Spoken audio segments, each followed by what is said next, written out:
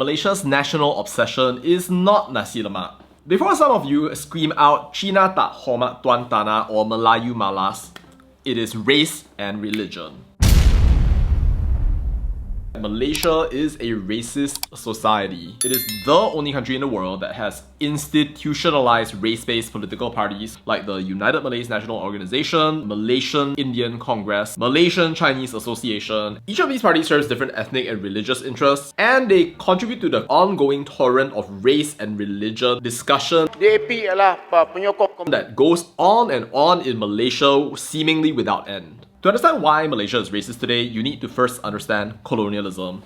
Malaysia as a country has been colonized by many different powers. You have the Portuguese, the Dutch, and then the British. And all of their plans operating in concert is why we have the modern day Malaysia.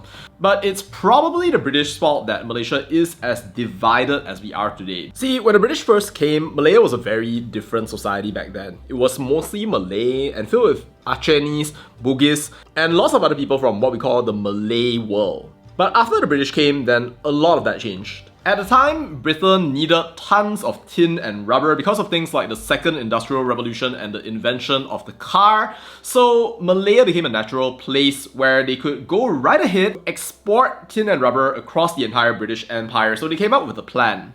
First step, reshape society and bring in the talent you need. To run the tin mines in Perak through the Kang Chu system, they recruited Chinese labourers with mining experience. And to plant and extract rubber, they recruited Indian workers through the Kangani system. Basically importing Chinese and Indian people into Malaysia en masse so that they could work in the mining and in the rubber industry. Meanwhile, the Malays in general were pretty much confined to the rural economy, though some of them became civil service administrators and colonial officers, training at schools such as the Malay College Kuala Kangsar, learning to be the political and administrative elite of Malaysian society, a practice that continues until today. And at that point, they started to see their country evolve from a mainly Malay nation into a country that was more multicultural, pluralistic, but still separated from one another. See, the British knew about labour unions and how dangerous they are to gigantic capitalist empires, so they ran their imperial operation pretty much by divide and rule. And they put the different ethnic communities in Malaya into different boxes: Malay, Chinese, and Indian. Suddenly, people started thinking about how much resources should be given into their box and not into other boxes, how many people there were in their box. Suddenly, the British became able to create distrust between the boxes, offer concessions to one box and not the other, and to play them against one another. And with that, the British Empire's divide and conquer rule was set, but so was the framework for race relations in the entirety of Malaya and even Malaysia long after it had reached independence. See, the idea of independence is romantic. You get to decide democratically how you're going to choose the future of the country, but at the same time, it's maybe not so beautiful because you have to deal with the reality that somehow or another you had all these separated communities choosing things based on their own interests along the way. When the idea of democracy is that you should be able to have people power, I don't know how well that's going to work when your people are not even united in the first place. See, we could say that race doesn't matter. I think that is wishful thinking. And yes, it's absolutely wonderful that in Malaysia, you have Islamic civilization, Christians, Buddhists, Taoists, people of all different kinds of religions gathered together in a single spot. But the fact is that the separations between us, they created incentives. Since we had racial boxes, it was very natural for people to just go out there and appeal to the sentiments of race using the tools of the colonists to divide and conquer so that they can win elections by securing votes from the rest of their population.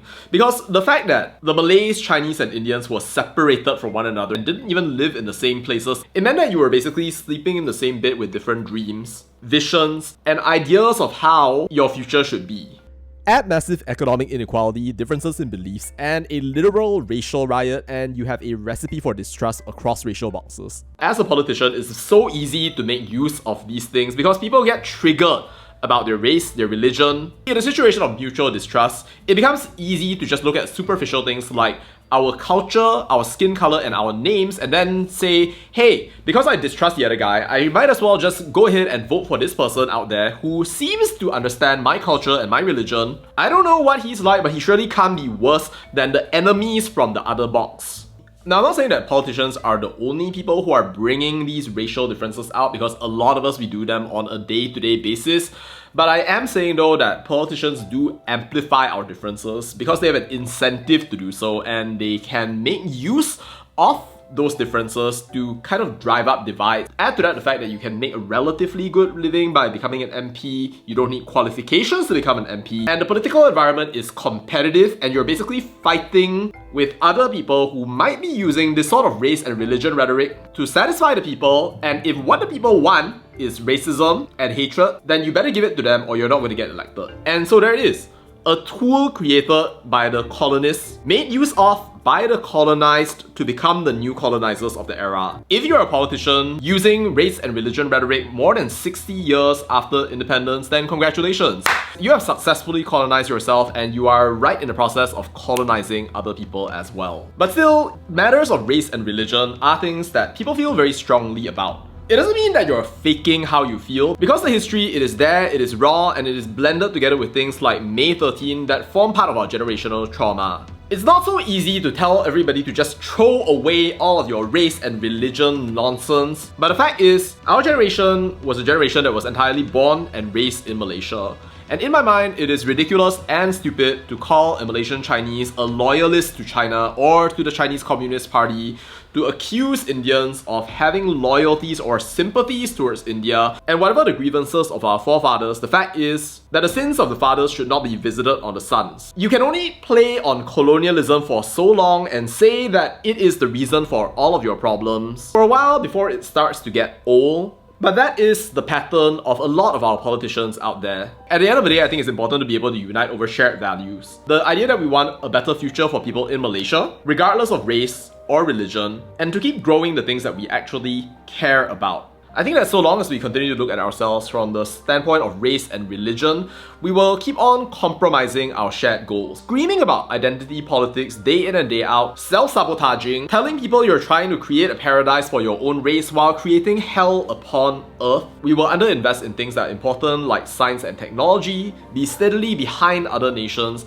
keep on getting caught up in this kind of nonsense discussion while playing into the hands of the colonists that we say that we're fighting against, as you keep on fighting needlessly. Guys, it's been more than 60 years that you've been fighting over race and religion, trying to act as if you are the tepaling hero of your entire race and religion, when at the end of the day, you are doing nothing except fighting for yourself, making use of the colonizer's tool for your own benefit, and doing nothing except plunge your nation into chaos. Are you really surprised that so many people in Malaysia are migrating out because of your BS? It's nice to be a hero for your race and your nation, but whatever it is that we're doing right now in Malaysia, it is not working, and it's something that we need to fix. Alright, and that's it from me. Over and out.